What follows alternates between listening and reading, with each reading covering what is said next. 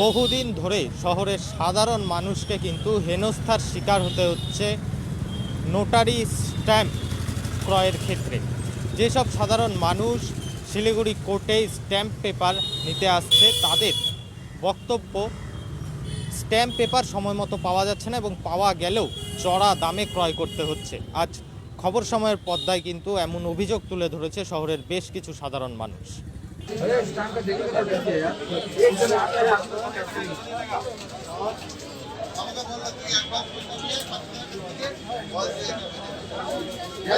Late हो रहा है यार, क्या क्या काम करेंगे।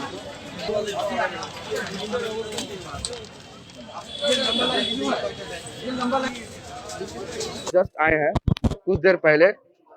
अगर ये इसका सच्चाई है, देखिए बड़ा बड़ा लाइन है। अगर समय पे आया जाए ये बड़ा बड़ा लाइन नहीं होगा, ठीक है। 20 30 40 अगर कस्टमर है तो एक वेंडर आराम से उसको हैंडल कर सकता है, जब वो समय पे आए। ये लोग समय पे नहीं है।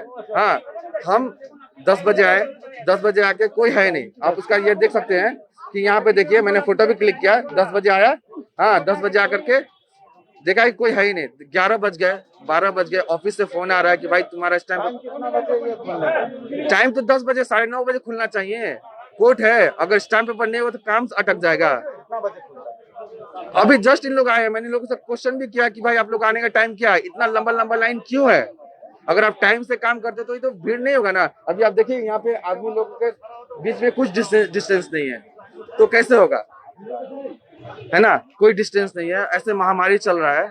हाँ, तो इन लोगों का क्या है, अब इन लोग ऐसा क्राइसिस क्रिएट कर देते हैं कि भाई हमारा जो स्टैम्प है ना मेरा घर से बिक जाए। ऐसा है कि यहाँ पे क्राइसिस होगा, इसको इन लोगों को ढूंढते ढूंढते पहुंचे। मैंने बोला कि भाई आपका ना नाम नंबर बताइए कि हाँ मुझे तो जरूरत पड़ेगा ना, बताइए मैं आपके घर पहुंच जाऊंगा। इन लोग कहते हैं कि घर से आकर ले लो। नहीं, घर से आकर लेने का नहीं है, हमारा बहुत जरूरी है। अभी मैं क्या करूँ, यहाँ स्टाम्प नहीं मिलेगा, कहाँ से मैं स्टाम्प लूंगा, है कि नहीं। हमारा तो काम बहुत जरूरी है ना, विदाउट स्टाम्प का तो कोई काम एग्रीमेंट वगैरह कुछ भी नहीं हो सकता।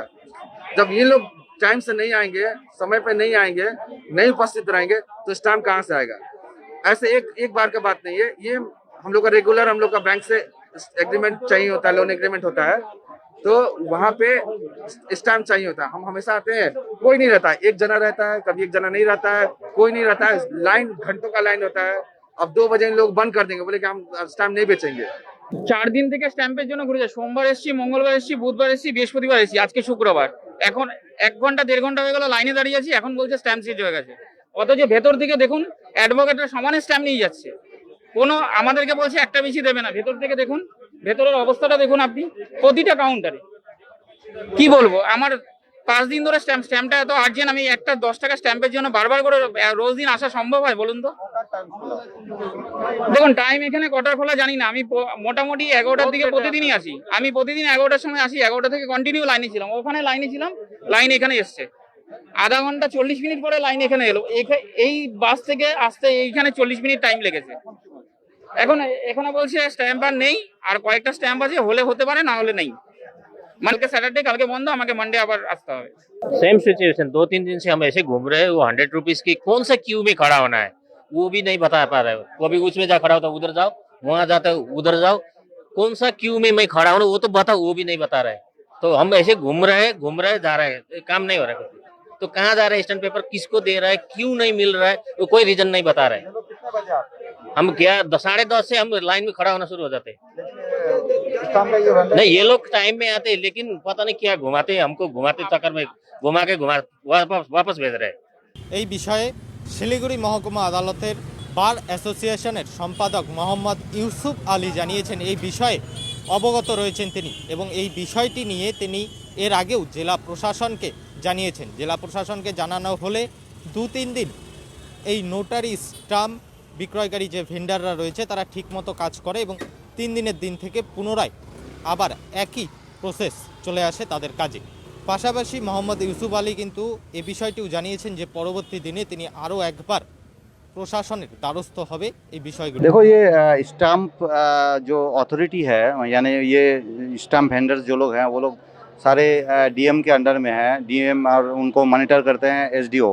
तो बहुत दिन से ये समस्या हो रहा है हम लोग का कि यहाँ पे आप समझ सकते हो कि टोटल 13 to 14 स्टम्प वेंडर्स है। मैंने एज अ सेक्रेटरी बहुत बार उनको एसडीओ को कंप्लेन भी किया है, मेरे पास कॉपी भी है कि 13-14 में कभी कभी 1 तो कभी 2 तो कभी 3 ऐसे बैठते हैं। फिर अगर मैं कंप्लेन करूं तो 2-4 दिन वो लोग ठीक रहते हैं, फिर जो है वही हाल हो जाता है। तो ये सब मैं सेवरल टाइम्स जो है एसडीओ को अप्राइज किया हूँ, ये से सारा फैक्ट कि देखो आप कड़ा स्टेप लो, नहीं तो बहुत प्रॉब्लम हो रहा है। और रहा बात कि यहाँ पे जितना संख्या स्टाम्प ले रहे हैं ये तो सरकार का फ़ायदा है, जितना स्टाम्प बिकेंगे सरकार को फ़ायदा होगा। तो इस चीज़ों को जो है नज़र में रखना चाहिए। लेकिन क्या होता है यहाँ पे स्टाम्प वेंडर सब कभी बोलते हैं कि स्टाम्प अवेलेबल नहीं है, ट्रेजरी में जाते हैं वो लोग तो स्टाम्प मिलते नहीं है। तो मुझे ये पता नहीं है रियल फैक्ट क्या है, ये लोग उन लोग का बहाना भी हो सकता है। लेकिन है कि इसमें से इतना सारे स्टाम्प वेंडर्स हैं लेकिन सिर्फ 3-4 ही बैठते हैं। तो ऐसा मुझे नहीं लगता, मैंने ऐसा नहीं होना चाहिए। और जो बात आपने कहा है कि लॉयर पीछे से लेते हैं, तो इसका सॉल्यूशन आराम से हो सकता है। मैंने इससे पहले भी स्टाम्प वेंडर के साथ भी कई बार बैठा था, तो वहाँ पे डिसाइड हुआ था कि एक स्टाम्प वेंडर जो है वो लॉयर को देंगे, बाकी जनरल पब्लिक जो है ये लोग बहुत सफ़र कर रहे हैं, बाकी सारे स्टाम्प वेंडर जो है जनरल पब्लिक को देंगे। तो ये रहा बात स्टाम्प वेंडर्स के ऊपर। वो लोग बाहर में जो है ब्लैक मार्केटिंग करते हैं, ये मेरा भी एलिगेशन है। और मुझे मैंने कोई हिचकिचाहट नहीं है ये बोलने में कि ये लोग जो है घर में बैठ के स्टाम्प देंगे, ज़्यादा पैसा लेंगे, लेकिन यहाँ पे सारे क्राइसिस जो दिखाएंगे ज़बरदस्ती क्रिएट करेंगे कोर्ट में, ये सही बात है। तो मैं डीएम से और एसडीओ से भी आपके चैनल के माध्यम से अपील करना चाहता हूँ कि ये जो है उनका मॉनिटर का पावर है, वो लोग को देखना चाहिए। और मुझे जो है मैं सिर्फ उनको अप्राइज करूँगा तो जो क्या हाल है, सिचुएशन क्या है, और ये मैं बहुत बार कर चुका हूँ। और आइंदा फिर भी आप जैसे आप देख रहे हो तो मैं फिर उनको जो है एसडीओ को, अभी नया एसडीओ आई है, मैं सुना हूँ वो बहुत अच्छी काम करती हैं, तो मैं एक बार फिर उनको भी अप्राइज करूँगा इस बारे में। और रहा बात जो आप बोल रहे हैं कि ये सारा जो क्राइसिस हो रहा है, लॉयर पीछे से लेते हैं, सामने पब्लिक जो है बहुत भीड़ लगा के रहते हैं, तो ये सारा जो डिफिकल्टीज है ये ओवरकम उसी वक्त होगा जब गवर्नमेंट, एसडीओ एंड डीएम जो है इस चीज़ों को नज़र देंगे कि सारे स्टाम्प वेंडर बैठे 13 का 13 जो है वो बैठे, तो आराम से। ये अभी 2 बैठ रहा है और 2 ही टैकल कर रहे हैं, तो आप समझ सकते हो कि अगर 13 बैठेगा तो ये सिचुएशन ऑटोमेटिकली रिमूव हो जाएगा। ऐसा सिचुएशन प्रॉब्लम किसी को नहीं आएगा।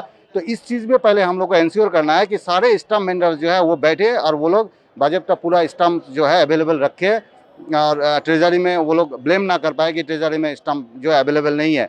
तो मैं जो है एसडीओ साहब और जो डीएम को है ये चीज़ कहूँगा कि ये जो स्टाम्प वेंडर्स हम लोग जो प्रेशर करते हैं, मीटिंग के द्वारा बहुत बार बोल चुके हैं, तो वो जो ये चीज़ जो प्ली लेते हैं कि नहीं स्टाम्प अवेलेबल नहीं है, तो ये चीज़ उन लोगों को गवर्नमेंट को इंश्योर करना पड़ेगा कि हाँ स्टाम्प अवेलेबल है। ये लोग जो है ब्लैक मार्केटिंग के लिए जो है ये सब बहाने बनाते हैं। तो मैं कहूँगा कि ये चीज़ जो है हम सभी को मिल के देखना चाहिए।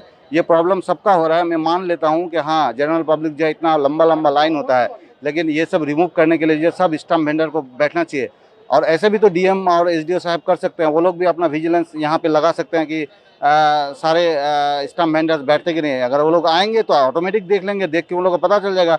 जो लोग नहीं बैठते हैं, तो मैं तो कुछ एग्जांपल मेरे पास ऐसा भी है कि 3-4 स्टाम्प वेंडर्स है, मैं बाय नेम बोल सकता हूँ डीएम को कि वो लोग कभी यहाँ आते ही नहीं है, वो लोग घर में ही बेचते हैं। तो ये चीज़ तो उन लोग को देखना चाहिए। मैं बाय नेम भी कंप्लेंट पहले भी कर चुका हूँ, लेकिन पता नहीं क्यों जो है कड़ा स्टेप नहीं लिया जा रहा है। तो मैं उम्मीद करता हूं कि आपके चैनल के माध्यम के द्वारा जो है कड़ा स्टेप हो। और ये प्रॉब्लम हम सभी को है, सिर्फ जनरल पब्लिक को नहीं है, लॉयर्स को भी है। लॉयर्स तो पब्लिक के लिए ही है। हम अगर स्टाम्प उठाते हैं तो हम अपने लिए नहीं उठाते हैं, पब्लिक के लिए उठाते हैं।